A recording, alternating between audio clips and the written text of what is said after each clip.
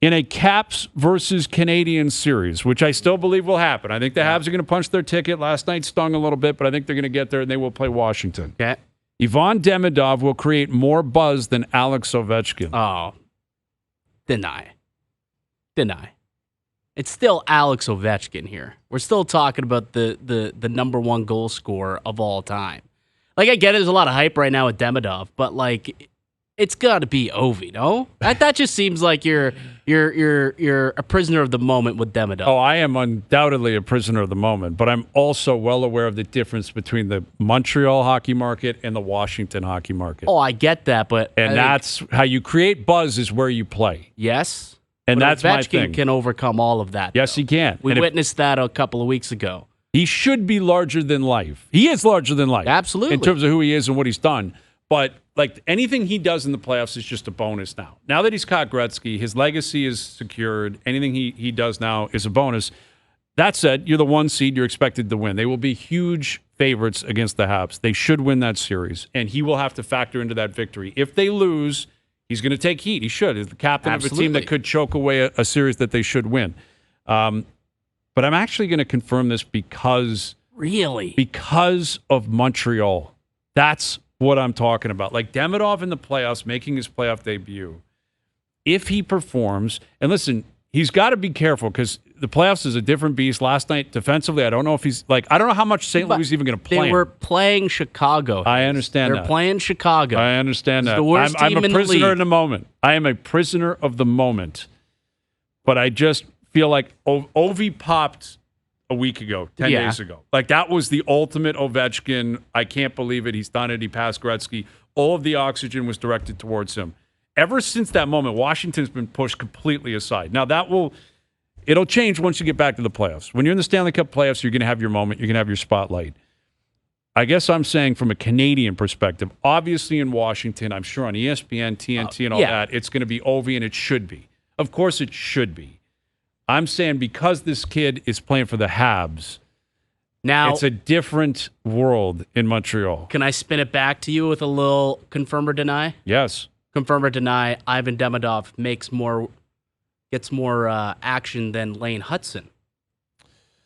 Because that could counteract, like if you're talking all Hudson, then you're right. The Demidov's not. So like they could counteract Hudson each other. Making his playoff debut. Listen, Suzuki was there in 21. Yes. But it was, Caulfield made it. He was a rookie. He had just come out of college. Yeah, but buried the Leafs in overtime. Yes, and listen, they went to the Cup final that year, so they gained a ton of experience. There was a lot to it. But the last few years, it feels like a reset for the whole organization. For sure, it feels like Suzuki's walking into a new era here in Caulfield. So there's going to be a lot of excitement that will be spread throughout the lineup, presuming they make it. I think Hudson, you make a good point because Hudson's going to play. He's going to play a ton of minutes. Oh yeah, like you're going to dance with the girl you brought to the dance. He is going to play a ton. Demidov, come playoff time, they may not play him like 20 minutes a night. That's what I mean. You have a lead in the third period, he may skip some shifts. That is 100% valid. But I don't know. I'm caught up in the craziness I think of game one, you'll right see now. Demidov hype there, but I think it wanes off. Okay. That's what I think. Confirm or deny, Vladimir Guerrero Jr. has more pressure to succeed than any other Toronto athlete. It's so tough. Like, I mean, there's a lot of pressure on these Leafs because they haven't quite gotten over that hump. So as a team, I think there's a lot of pressure, but no one's making $500 million. And I think that's where the pressure really is going to come. So I'm going to confirm it. I think there's more pressure on Vladdy now than there would be on a Marner or a Matthews or a Nylander, just simply because the guy's making $500 million. Mm-hmm. That comes with expectation. Yes, and I think long-term that is likely going to be the case. I'm going to deny it because of the moment. Again, prisoner of the moment. The playoffs begin for the Leafs in less than a week. Mm-hmm. There is nothing like playoff pressure in Toronto when it comes to the Maple Leafs, especially with their top dogs. And I would counter $500 million is absurd. We've never seen anything even close to it in this city. He's not the highest paid player in the league.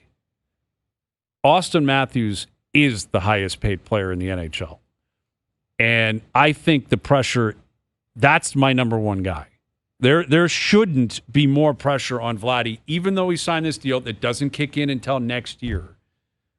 Vladdy's got a lot of pressure. He's got to perform. He's got to be better. He's got to play a big, big role in this team succeeding. He has to. We saw the presser yesterday. The reason they've committed to him is so that he will be a main piece in a World Series winning team. He's got to play that role. Matthews has been here for 9 years. Matthews is the face of the most popular team, the most storied team in the city. Yeah. The captain, the highest paid player on the team, highest paid player in the league. He's got to perform. He's got to perform. Unquestioned. So as much as 500, I understand it. I get it. And we'll get there. For me, it's Vladdy's he's still behind at least Matthews, if not Matthews, Marner, maybe Nylander. But doesn't that kind of, like when you look at almost like the Demidov Hudson thing, when there's three guys to shoulder the blame, you can kind of point to three different people that share it, where Vladdy, I mean, that's one guy. Yes. That's failure for the Blue Jays if he does absolutely nothing going forward. Yeah, and you're right in terms of like the other guys. Also, it's about team success, and that's what the pressure comes from. And obviously, that is going to apply to Vladdy. But we're 17 games into the year, and when you get paid that kind of money in a sport where the individual, you got to just do your own thing, right? Like you're up there on your own. Yeah, exactly. Like. You got to be a good teammate, and you got to defensively be sound, and you got to run the bases properly, and you got to you got to pick your teammates up. There's elements of the sport that are team related, but in baseball, really, it is: have you hit home runs? Do you slug? How do you control the strike zone? Are you a guy that is striking fear in the opponent? And guys in the dugout aren't going to help you in that. No. So from his standpoint, it is more like he's got pressure to individually put up numbers to justify things. But I think with the Leafs being where they are right now, if they clinch the division, if it's the Battle of Ontario, it's still Matthews at the forefront. All right.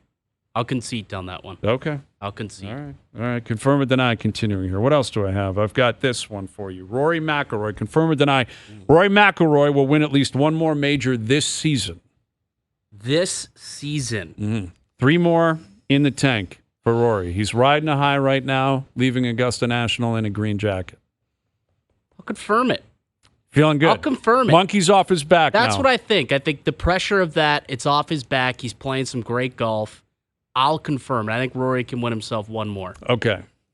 I have a difficult time getting there after 11 years of saying, what is happening with this guy?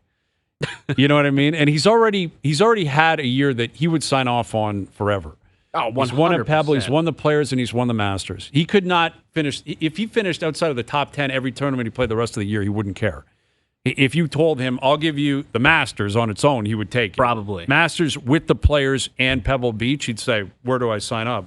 So I am curious to see, does he ride a high to the point where he's like, all right, I'm putting my feet up for a while? Or does this make him really kind of choke down and realize, I can do this, and I've done it now, and I'm going to keep shutting people up? That's what I'd like to see. A real fork in the road. I want to see the latter. I want to see him say, get me to Quail Hollow for the PGA, and I'm going to torch this place. Well, he was supposed to be like the next guy, right? Like back Tiger, when Tiger was going through his thing, it's like, okay, who can golf turn to? Who can get to 10, 12, 15 majors? Right? And it started off very well. The guy was unbelievable early in his career, and then he went on that dry spell.